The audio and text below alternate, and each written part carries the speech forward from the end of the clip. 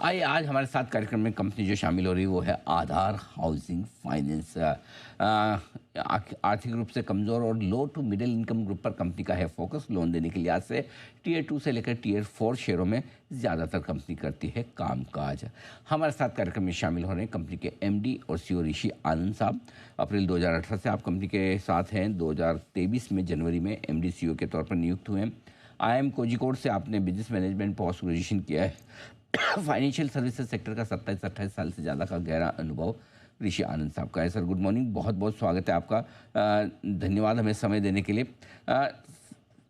आपने बहुत ही मजबूत गाइडेंस दिया है वित्त वर्ष 2026 के लिए। मैं जानना चाहता हूँ किस तरह का गाइडेंस आपने रखा है अपने इन्वेस्टर्स के लिए और उसके पीछे क्या खास वजह है कि आपको लगता है कि ये वित्त वर्ष आपकी कंपनी के लिए बहुत मजबूत साबित होगा।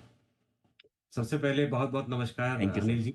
और आपके सारे श्रोताओं को भी बहुत नमस्कार। जी। हाँ, आप ठीक बोला आपने कि हमने करंट ईयर के लिए जो गाइडेंस रखा है वो एयूएम ग्रोथ का 20 से 22% का रखा है। डिसबर्समेंट ग्रोथ का 18 से 20% रखा है और प्रॉफिट का 18 टू 20% का ग्रोथ का प्रोजेक्शन रखा है। इसके 2-3 रीजन है सर। एक तो इंडस्ट्री डायनेमिक्स बहुत मजबूत है इस वक्त। बहुत सप्लाई साइड में और डिमांड साइड में बहुत ग्रोथ दिख रही है। सप्लाई साइड में government intervention, regulator intervention, supervisor intervention जो कि एनएचबी है, इनका बहुत अच्छा एक इंटरवेंशन दिख रहा है सप्लाई साइड को मजबूत करने के लिए। डिमांड तो खैर है ही है। मल्टीपल रिपोर्ट्स अक्रॉस इंडस्ट्री ये दिखा रही हैं कि डिमांड 2030 तक जो शॉर्टफॉल है ईडब्ल्यूएस एलआईजी में, जिस सेगमेंट को हम केटर करते हैं, उसमें करीब करीब 3 करोड़ यूनिट शॉर्टफॉल की उम्मीद लगाई जा रही है। तो दोनों तरफ से बहुत सारा काम हो रहा है। PMAY subsidy finally kick off हो गई है और पिछले दो ढाई महीने से, और उसपे एक बहुत अच्छा ट्रैक्शन देखने को मिल रहा है। ओके, ये है आपके लिए बढ़िया स्ट्रॉन्ग बिजनेस आउटलुक आपके लिए। अच्छा सर, इसमें एक इंटरेस्टिंग कुछ डेवलपमेंट्स जो दिख रहे थे ब्लैकस्टोन की तरफ से, शायद कुछ स्टेक बेचने की तैयारी, सामने कुछ बड़े इन्वेस्टर्स काफ़ी इंटरेस्ट भी दिखा रहे हैं। क्या शेयर होल्डिंग पैटर्न में कुछ बड़े बदलाव की उम्मीद है और इसका क्या असर पड़ेगा, जरा ये भी समझाएं सर। जी अनिल जी, तो हमने क्या किया है, हमने ऑलरेडी स्टॉक एक्सचेंज को इंटीमेशन दे दी है पिछले हफ्ते। ब्लैकस्टोन इस कंपनी में 75% की शेयर होल्डिंग थी। वो 75% की शेयर होल्डिंग अब 65 और 10 में आगे बढ़ गई है। 65% है वो ब्लैकस्टोन के एक दूसरे फंड में मूव कर गई है। इसका मतलब ये हुआ कि प्रमोटर लेवल पे कोई चेंज नहीं है, डायरेक्टर्स लेवल पे कोई चेंज नहीं है, और 10% जो मार्केट में नए शेयर होल्डर आ रहे हैं, 10% जा रहा है एडीक्यू को, जो कि एक अबू धाबी का सॉवरेन फंड है ल्यूनेट के नाम पे। तो 10% उनको गया है, 65% जाएगा ब्लैकस्टोन के नए फंड को। ये सारा कुछ सब्जेक्ट टू रेगुलेटरी अप्रूवल्स है। इससे एक चीज बहुत अच्छी हुई है अनिल जी। एक तो जो मार्केट में वर्ड यूज होता था बार बार ओवरहैंग का, वो हट गया है। प्लस एक कंपनी के लिए एक मजबूती दिख रही है कि जो प्रमोटर थे पिछले 6 साल से, उन्होंने एक कॉन्फिडेंस दिखाया है कंपनी के अंदर और अपना फंड को रोल ओवर किया है। जो कुछ थोड़ी सी बीच में दिक्कतें दिख रही थी कि थोड़े अनसिक्योर्ड लोन को लेकर, थोड़े एमएससी एसएमईज के लोन को लेकर, जहां एसेट क्वालिटी पर थोड़ा सा प्रेशर था, क्या ये चीज़ें अब काफ़ी बेहतर हो चुकी है और वर्स्ट इज बिहाइंड अस, ऐसा कह सकते हैं सर? सर आपने सही वर्ड यूज किया, वर्स्ट इज बिहाइंड अस। भले ही हम तो 100% सिक्योर कंपनी है। हम ये एमएफआई और एमएसएमई नहीं करते हैं, छोटे लोन एमएसएमई नहीं करते हैं। बट उसका रिपल इफेक्ट आता है बिकॉज हम ईडब्ल्यूएस को केटर करते हैं। और जैसे आपने कहा, वर्स्ट इज बिहाइंड अस, और काफी इंप्रूवमेंट दिखने को मिल रहा है कस्टमर के रिएक्शंस पे और कस्टमर की रिपेमेंट कैपेसिटी पे। परफेक्ट, बिल्कुल ठीक बात है।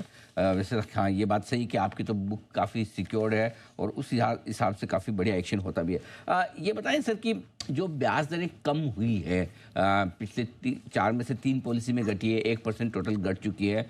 कितना इम्पैक्ट आपकी बोरोइंग कॉस्ट पर अब तक आ चुका है? क्या और आप उम्मीद करते हैं थोड़ी आपकी बोरोइंग कॉस्ट घटेगी?